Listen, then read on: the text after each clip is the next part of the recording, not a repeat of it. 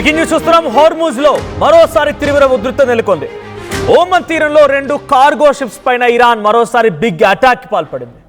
Missile దాడులతో ఈ 2 నౌకలు కూడా పూర్తిగా మంటలో చిక్కుకొని కాలి బూడిదైపోయాయి. ఆయిల్ ట్యాంకర్లు 2 కూడా. అయితే ఇరాన్ అమెరికా శాంతి ఒప్పందం తర్వాత ఇదే అతిపెద్ద అటాక్. హోర్ముజ్ సమీప నౌకలపైన దాడిని ధృవీకరించింది IRGC. Iranian revolutionary guards and corps చెప్తున్న ప్రకారంగా ఈ దాడి మేం చేసిందే అని అంగీకరించారు. దాడుల తర్వాత ఇరాన్కి ట్రంప్ ఒక స్ట్రాంగ్ వార్నింగ్ కూడా ఇచ్చారు. ఒప్పందం లేకపోతే ఇరాన్ని అంతం చేయడం మాకు కష్టం కాదు, గంటల్లో వారి వంతెనలను కూల్చేయగలం, విద్యుత్ సరఫరా నిలిపివేయగలం. ఇరాన్ దగ్గర డబ్బు లేదు, పరిస్థితులు ఎలా ఉన్నా నేను ఒప్పందానికి మొగ్గు చూపుతా, యుద్ధం ప్రభావం ఎవరిపైనా పడడం నాకు ఇష్టం లేదు. ఇది డొనాల్డ్ ట్రంప్ చేస్తున్న స్టేట్మెంట్. ఇక ఖమేనీ అంత్యక్రియల వేళ మరోసారి ఉద్రిక్తత వాతావరణం నెలకొంది. ట్రంప్ పై ఆగ్రహం వ్యక్తం చేస్తున్నారు ఇరాన్ ప్రజలు. ఇక ట్రంప్ వ్యతిరేక నినాదాలతో మారుమోగిపోయే అంత్యక్రియల ప్రాంగణం మొత్తం కూడా. సో అలీ ఖమేనీ అంత్యక్రియలు జరుగుతున్నాయి, మీకు తెలిసిందే. అలీ ఖమేనీ అంత్యక్రియలు మొదలైంది నిన్నటి నుంచి. సుమారుగా 9వ తేదీ వరకు కూడా ఈ అంత్యక్రియలు జరుగుతాయి. 9వ తేదీన ఆయన స్వగ్రామంలో ఆయన్ని పూర్తిగా ఖననం చేస్తారు.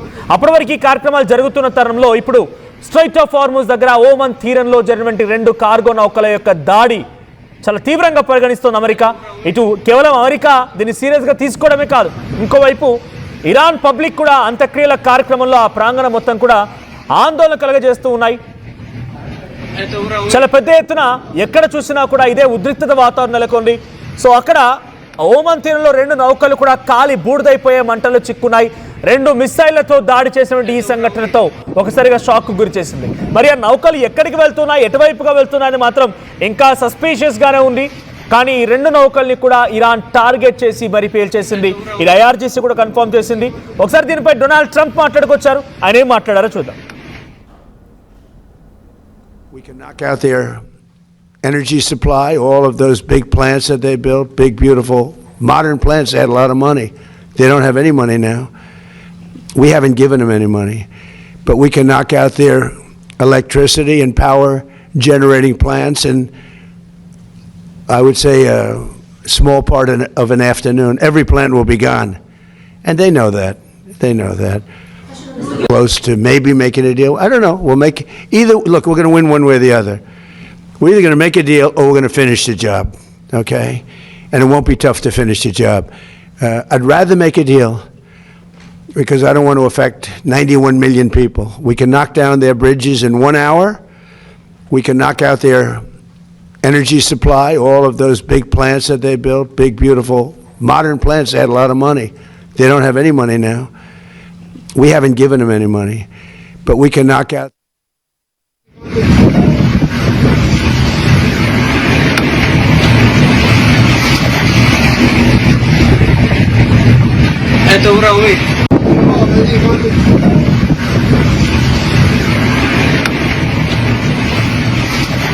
బట్ ఇది డొనాల్డ్ ట్రంప్ చేసిన స్టేట్మెంట్. ఆయన ఏమంటున్నారు? నిజంగా యుద్ధాన్ని కోరుకోవడం లేదు, ఆపాలనే చూస్తున్నాను. యుద్ధం చేయాల్సి వస్తే వాళ్ళ విద్యుత్ కేంద్రాలని, వాళ్ళ దగ్గర ఉన్నటువంటి బిగ్గెస్ట్ సప్లైస్ని, వంతెనల్ని అన్నిటి కూడా కూల్చేయగలం, ఇట్టే క్షణాల్లోనే కూల్చేయగలుగుతాం. కానీ మాకు కావాల్సిన యుద్ధం ఆగిపోవడం. ఇది శాంతి చర్చలకు సంబంధించినటువంటి ఆ చర్చలు జరుగుతున్న అటాక్ తర్వాత Donald Trump reaction. Donald Trump ఏం చెప్తున్నారు? చాలా క్లియర్గా అంటున్నారు ఆయన, యుద్ధం కాదు మాకు కావాల్సింది శాంతి, శాంతి కోరుకుంటున్నాము. ఇది ఆయన చేస్తున్న స్టేట్మెంట్. సో మొన్నటి వరకు డొనాల్డ్ ట్రంప్ ఏ చిన్న అటాక్ జరిగినా కూడా ఇరాన్ని అంతమొందిస్తాం, ఇరాన్ అంతు తేలుస్తాం, ఇరాన్ సంగతి చెప్తామని చెప్పి వార్నింగ్ ఇచ్చే వ్యక్తి ఇప్పుడు ఈ మాటల ద్వారా మాత్రం కాస్త తగ్గాడు, ఆ తగ్గుముఖం పెట్టాడు. ఇకపై ఆయనకి ఇంటర్నల్గా అక్కడ అమెరికాలో కూడా అనేక రకాల వ్యతిరేకతలు వస్తూ ఉన్నాయి. ప్రపంచవ్యాప్తంగా కూడా ఈ అటాక్ నేపథ్యంలో చాలా విపరీతమైన నెగిటివిటీ వస్తూ ఉంది.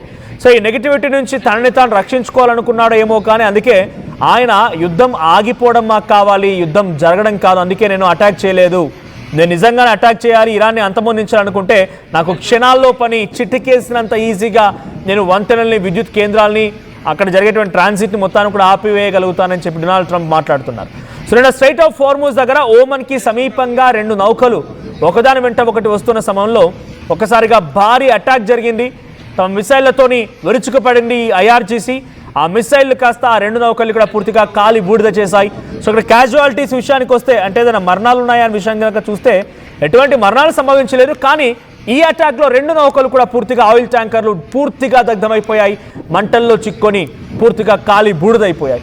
సో అక్కడ జరిగేటువంటి అటాక్స్కి ఇప్పుడు ఏ దేశము రియాక్ట్ అవ్వలేదు, బికాజ్ ఇప్పటివరకు ఈ నౌకలు ఏ దేశానికి సంబంధించినవి ఎక్కడ ట్రాన్సిట్ అవుతున్నాయనేది క్వశ్చన్ మార్క్గా ఉంది కాబట్టి ఇంకా ఎవరు రియాక్ట్ అవ్వలేదు. మరి ఈ నౌకలు ఎక్కడికి వెళ్తున్నాయి, ఆ దేశం యొక్క రియాక్షన్ ఏంటి అనేది కూడా చూడాల్సిన అవసరం అయితే ఉంది. But straight of Hormuz free open అనేది ఇంకా కొనసాగడం లేదు. ఇది ఇంకా స్ట్రైట్ ఆఫ్ హార్ముజ్ కంప్లీట్గా ఇరాన్ చెప్పు చేతుల్లో, ఇరాన్కి కంట్రోల్లోనే లాక్ చేసి పెట్టి ఉందనేది దానికి ఒక నిదర్శనంగా ఇప్పుడు జరిగిన అటాక్గా చూడాలి. ఇంకోవైపు అలీ ఖమేనీ అంత్యక్రియలు జరుగుతూ ఉన్నాయి. ఫిబ్రవరి 28న చనిపోయారు ఆయన, కానీ అప్పటి నుంచి ఇప్పటివరకు అంత్యక్రియలు జరగలేదు ఇంకా.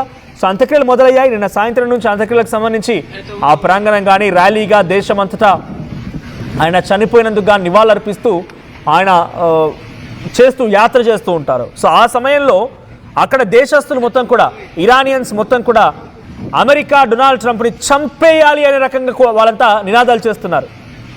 డొనాల్డ్ ట్రంప్ని చంపేయాలి నినాదాలు చేస్తున్నారు. ఒకసారి ఇరాన్లో అంత్యక్రియల సమయంలో ఆ ప్రాంగణంలో ఎటువంటి నినాదాలు కొనసాగుతున్నాయి ఒకసారి ఆ వీడియో కూడా చూద్దాం.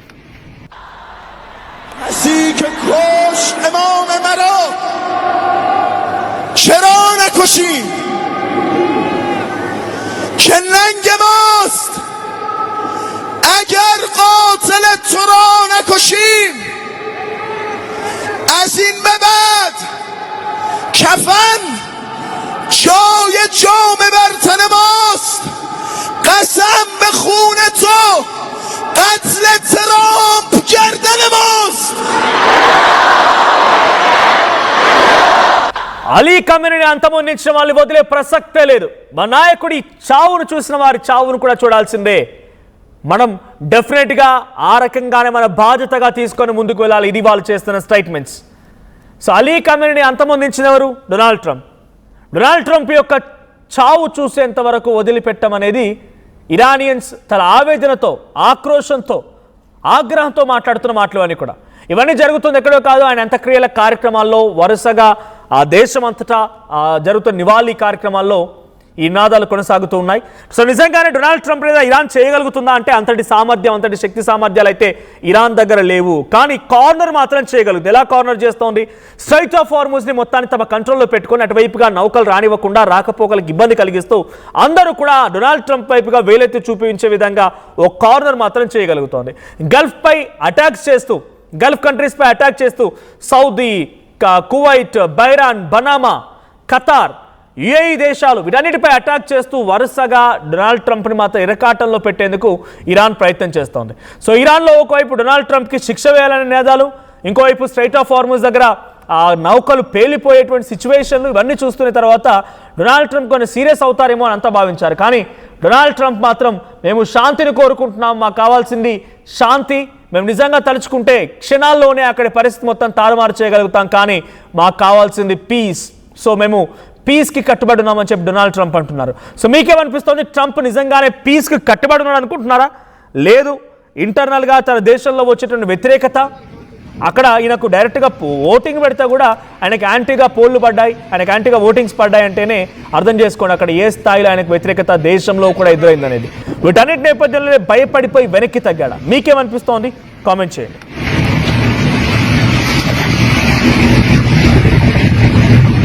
Это уровень.